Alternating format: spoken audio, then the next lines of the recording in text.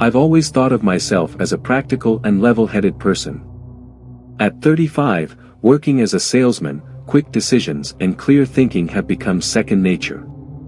My life has been spent on the road, moving from meeting to meeting, living off fast food, and resting in nondescript motels. It's a solitary way of life, but one I've grown used to. That is, until a March 2023 night near Las Cruces, New Mexico, shook me to my core. After a packed day of meetings, the last one running over by an hour, I hit the highway later than expected. Night had already fallen. Normally, I'd stop for the night, but the stillness of the road was oddly soothing, the steady hum of tires against the asphalt keeping me calm. I decided to push on, aiming to find a place to sleep in the next sizable town.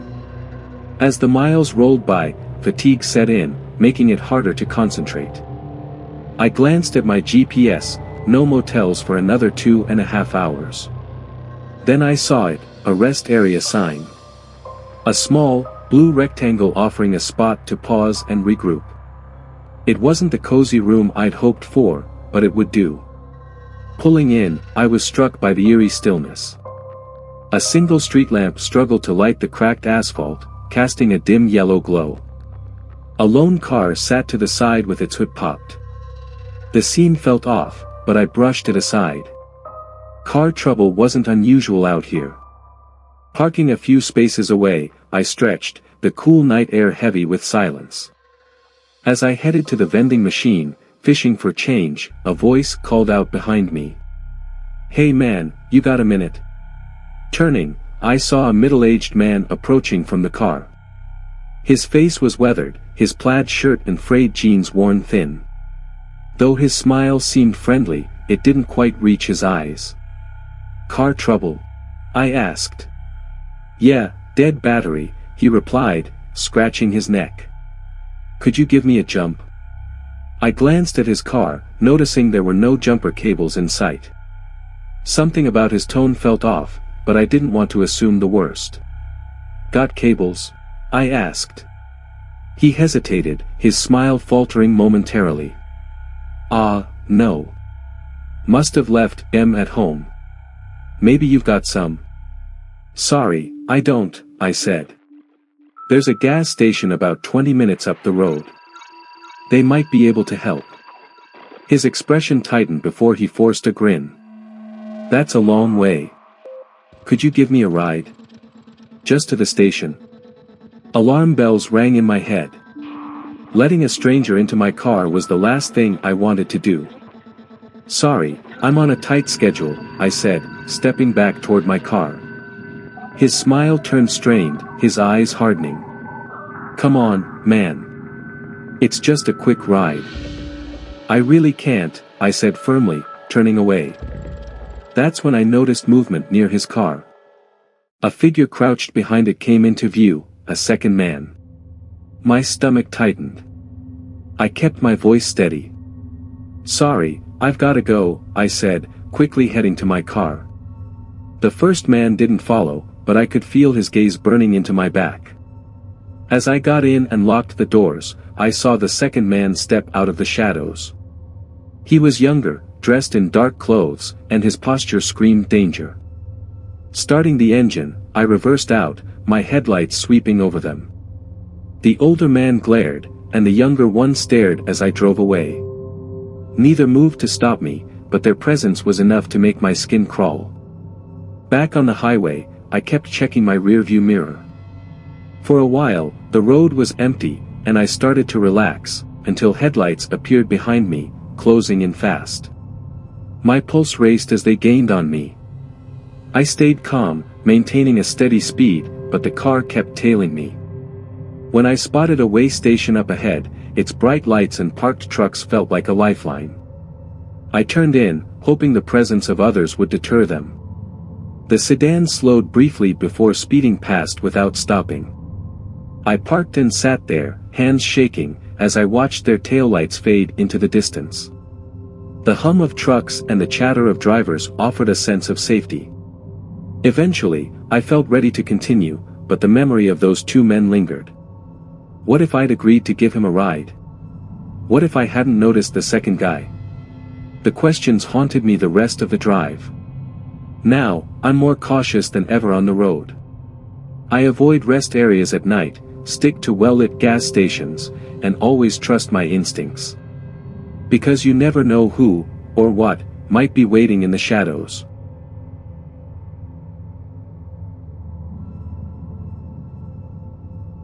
Salt Lake City, Utah, was a familiar waypoint on my long-haul routes as a truck driver. With over 10 years of experience, I'd seen more rest stops than I could count. But one quiet June night etched itself into my memory like no other. After a grueling 12-hour stretch on the road, where the miles blurred into monotony, the bright green glow of a rest area sign felt like a beacon of relief. Rest area, 2 miles, it promised. Eager for a break, I decided to pull in for the night. The stop was typical, a modest lot with a few truck spaces, dim overhead lights, and a vending machine near the entrance. It was empty when I arrived, which suited me just fine. The stillness was a welcome escape from the endless noise of the highway. I parked at the far edge, where shadows from the surrounding trees made it even quieter. After stretching my legs, I climbed back into my cab, locked the doors, and settled in for some much-needed rest. The silence wrapped around me as the soft hum of the truck's engine lulled me to sleep. But my peace didn't last long. About an hour later, I woke abruptly to the harsh glare of headlights. Another truck had pulled in, parking uncomfortably close despite the empty lot. The move felt unnecessary, but I reasoned it might be a safety in numbers thing. Still, unease prickled at the back of my mind. The truck idled for a long time before its lights went off. I tried to ignore the nagging discomfort and lay back down, but just as I started drifting off, the lights flickered on again. My pulse quickened. Was it a signal? A mistake? Tension gripped me, and then I heard it, a faint metallic tapping at the back of my trailer. My breath caught. Someone was out there. Grabbing my flashlight, I debated whether to investigate. Every trucker knows the risks of isolated rest stops, stories of robberies, assaults, even disappearances are too common. But sitting there feeling vulnerable was almost worse. Summoning courage, I climbed out, the crunch of gravel beneath my boots sharp in the quiet night. "Who's there?" I called, keeping my voice steady though my nerves were on edge. The knocking stopped. Silence pressed in, thick and oppressive. Sweeping my flashlight across the back of the trailer, I noticed scratch marks near the lock, deep and deliberate. My stomach turned. Before I could inspect further, a loud clang echoed from the side of the trailer. Spinning the light around, I caught a fleeting shadow darting toward the other truck. Heart pounding, I retreated to my cab, locking the doors as I fumbled for my phone to call the police. The dispatcher assured me officers were on their way, but I knew it would take time. Meanwhile, the other truck roared to life, its headlights flaring. Acting on instinct, I leaned on my horn, letting out a long, blaring warning. The truck's lights abruptly cut off, plunging the lot into an eerie semi-darkness. Then I heard it, footsteps on the gravel, slow and deliberate, circling my truck. I peered through the windows, but the shadows seemed to swallow everything. My pulse raced as I realized they were staying just out of sight. Deciding to take control, I revved my engine, the deep growl shattering the stillness.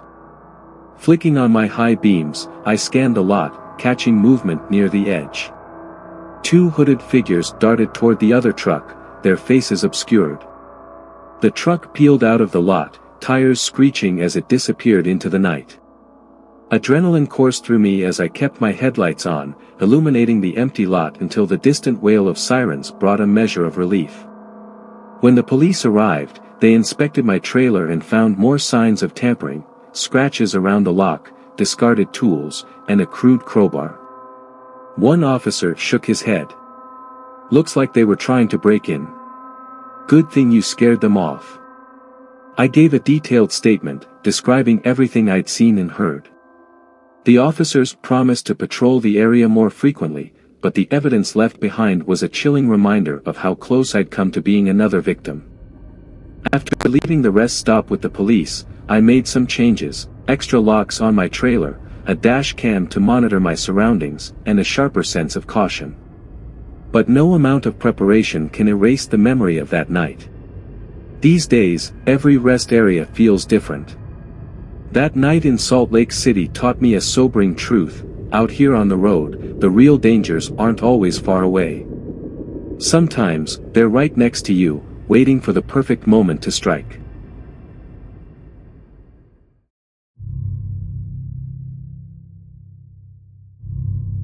As a teacher, my weekends are sacred, a time to rest, prepare for the week ahead, and indulge in a little self-care. It was a bright Saturday afternoon, and I was driving back to Columbus, Ohio, after visiting a friend in a nearby town.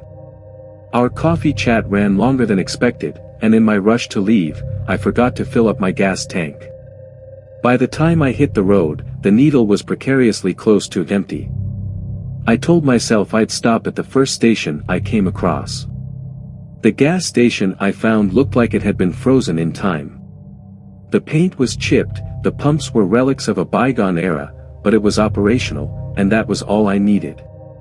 A small convenience store stood beside the pumps, its windows smudged but letting in just enough light to make the interior seem clean. To the side, there was a booth with a few worn chairs, where a man sat slouched but alert, his gaze fixed straight ahead. At first, I didn't think much of it. He might have been resting or waiting for someone. But as I stepped out of my car, his stare didn't waver. He wasn't just sitting there, he was watching. Maybe he didn't realize how intense it seemed, I told myself, brushing off the unease. I approached the pump and started fueling up, trying to focus on the warm sun on my back and the rhythmic hum of the gas pump.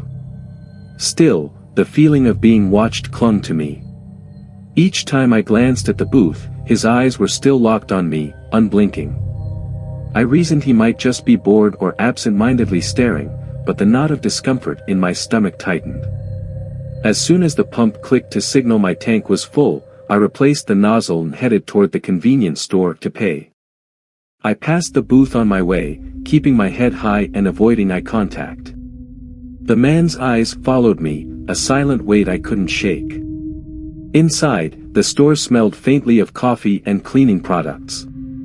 The young clerk behind the counter barely glanced up from his phone as he muttered a half-hearted greeting. I handed him my card, anxious to complete the transaction and leave. As I waited for the receipt, the door chimed behind me. My stomach dropped. The man from the booth had followed me inside. His boots thudded against the tile as he approached the counter, stopping just a few feet away. The air felt heavy with his presence. "Hey," he said, his voice low and gravelly. "You driving that blue hatchback out there?" I forced a polite smile. "Yeah." "Why?" "Nice car," he said, his lips curving into a thin smile. "Reliable?" Yeah. It does the job." I tried to keep my tone casual but distant. "You traveling alone?" he asked, his voice light but the question heavy with implications. My heart skipped. "No," I lied quickly. "My boyfriend's in the car. He's just on a call." The man's smile didn't falter. "That so?" "Yep," I said, grabbing my card and receipt. "Have a good day." I spun on my heel and walked out, my pulse hammering in my chest. As I reached my car, I resisted the urge to look back, focusing instead on unlocking the door, climbing in, and locking it behind me. In the rearview mirror, I saw him exit the store and return to the booth. He sat back down, his eyes still on me. I pulled out of the station and onto the highway, exhaling as the unsettling encounter receded in the distance. But my relief was short-lived. A pickup truck appeared in my rearview mirror, its headlights a constant presence. At first, I thought it was a coincidence, but every lane change I made, it mirrored. Every time I sped up, it kept pace. A chill crept up my spine. This wasn't random. Up ahead, I spotted a rest area, a modest lot with a few picnic tables and vending machines, but it was well lit and had a couple of cars parked. It was my best option. I pulled in, parking close to a family sitting at one of the tables. The pickup followed, rolling to a stop just a few feet away. My stomach churned as the man from the gas station stepped out. He hesitated, his eyes locking on me as I stood near the family. Without a word, he turned and walked toward the restrooms, his gaze lingering long enough to unsettle me. I turned to the family, explaining what had happened. Their concern was immediate, and they invited me to stay with them. "You're safe here," the father reassured me. "We won't let anything happen to you." Grateful for their kindness, I stayed close, their warmth a welcome contrast to my fear. A few minutes later, the man emerged from the restroom. He looked in my direction one last time before heading to his truck. He sat there for what felt like an eternity before finally pulling out of the lot and disappearing down the highway. The family stayed with me until I felt ready to get back on the road. Their compassion anchored me through what had been one of the most unsettling experiences of my life. When I finally resumed my drive, every set of headlights in my rearview mirror made my heart race, and every passing car felt like a potential threat. By the time I reached my driveway, I was exhausted. Locking every door and window, I sat in the quiet of my living room, trying to process what had happened. The man's face, the persistent headlights, the oppressive unease, they all lingered. What were his intentions? Was he just trying to scare me, or was it something far worse? I'll never know.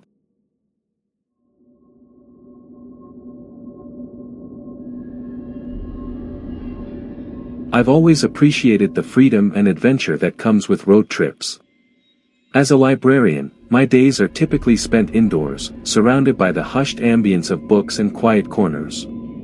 Hitting the open road with my favorite playlist and no rigid schedule has always been my way of breaking free from routine. One particular day, I set out on a solo journey through North Carolina, with Asheville as my destination. I'd heard wonderful things about the city and was excited to explore. I packed a few essentials, plotted my route, and set off with anticipation. Hours passed, and by the time dusk gave way to night, I realized I needed a break. Driving through winding roads flanked by endless trees had left me drained. When I saw a sign for a gas station ahead, I decided it was the perfect spot to stretch my legs and regroup. The station was nothing fancy, just a small, aging structure with a single pump glowing faintly under a flickering neon "Open" sign. There were no other cars in sight, and the building itself seemed weathered, its paint peeling and windows streaked with grime. Still, it was open, and that was all I needed. I pulled into the lot, parked, and locked my car. Around the side of the building was a restroom marked by a rusty sign reading "Ladies." The door creaked as I pushed it open, and I was met with the harsh hum of a flickering fluorescent light. The restroom was worn but serviceable, 2 stalls, a sink, and a cloudy mirror. Picking the cleaner-looking stall, I hung my bag on the hook and locked the door. As I sat there, the silence of the place struck me. It wasn't the normal quiet you expect but an almost oppressive stillness that felt unnatural. I tried to brush it off, telling myself I'd been reading too many thrillers lately. Then, I heard it, a faint creak, like a shoe pressing against linoleum. My breath caught as the sound came again, this time followed by soft, shuffling footsteps. Someone had entered the restroom. I glanced down at the gap under the stall door, expecting to see shoes, but there was nothing. The footsteps stopped right outside my stall, and the door rattled as if someone was testing the lock. "Occupied," I said, trying to keep my voice steady. No response. The shadow outside the stall lingered for a moment before moving away. My heart pounded as I strained to hear the sound of the door opening and closing, but it never came. Summoning my courage, I flushed, unlatched the door, and stepped out. The restroom was empty. I checked the other stall and found nothing. The only way in or out was the door I'd entered through. Uneasy, I hurried to wash my hands, avoiding my reflection in the dimly lit mirror. Grabbing my bag, I stepped outside, and that's when I saw him. A man was leaning casually against my car, pretending to scroll through his phone. He was tall, with a scruffy beard and a cap pulled low over his eyes. Something about his demeanor unsettled me. He hadn't been there when I arrived. "Can I help you?" I asked, trying to sound calm. He glanced up, his expression unreadable. "Just waiting for a friend," he said. I nodded but didn't respond. As I approached my car, he didn't move. Instead, he leaned against the driver's side door, blocking my way. "Excuse me, I need to get to my car," I said, gripping my keys tightly. He smiled, but it wasn't reassuring. "Relax," he said smoothly. "Looks like you've had a long day. Maybe you should rest a bit before hitting the road, it's dangerous out there." Every instinct in me screamed to get away. "I really need to go," I repeated, stepping closer with a firm tone. He didn't budge, but my insistence seemed to catch him off guard. Seizing the moment, I darted around the car and wrenched open the passenger side door. I climbed in, locked the doors, and slid into the driver's seat, my hands trembling as I started the engine. The man banged on the window, his expression twisting into anger. "You didn't have to do that," he shouted, his voice muffled by the glass. After a moment, he turned and stormed toward a car parked nearby. I pulled out of the lot as fast as I could, but my relief was short-lived. In my rearview mirror, I saw his car's headlights close behind. He was following me. Panic surged as I drove down the dark, empty road. I couldn't lead him to a secluded area or home. My mother's words echoed in my mind, "If you're in trouble, find the lights." A few miles ahead, I spotted a truck stop, its bright lights cutting through the darkness. I swerved into the lot and parked near the entrance. The man's car slowed but didn't follow me in. Instead, he lingered at the edge of the lot. I bolted into the building, explaining to the cashier and a group of truckers what had happened. Two of the truckers stepped outside to confront him. Moments later, the man's car drove off. Though I stayed at the truck stop for an hour to calm my nerves, the incident left me shaken. Reporting it to the police the next day didn't yield much, but the experience taught me a lesson. Fear is inevitable in situations like these, but how you respond makes all the difference. It's not about being fearless, it's about acting despite the fear. Now, I approach road trips differently. They're still enjoyable but also a reminder of my strength. Being prepared and trusting your instincts can make all the difference when facing the unexpected.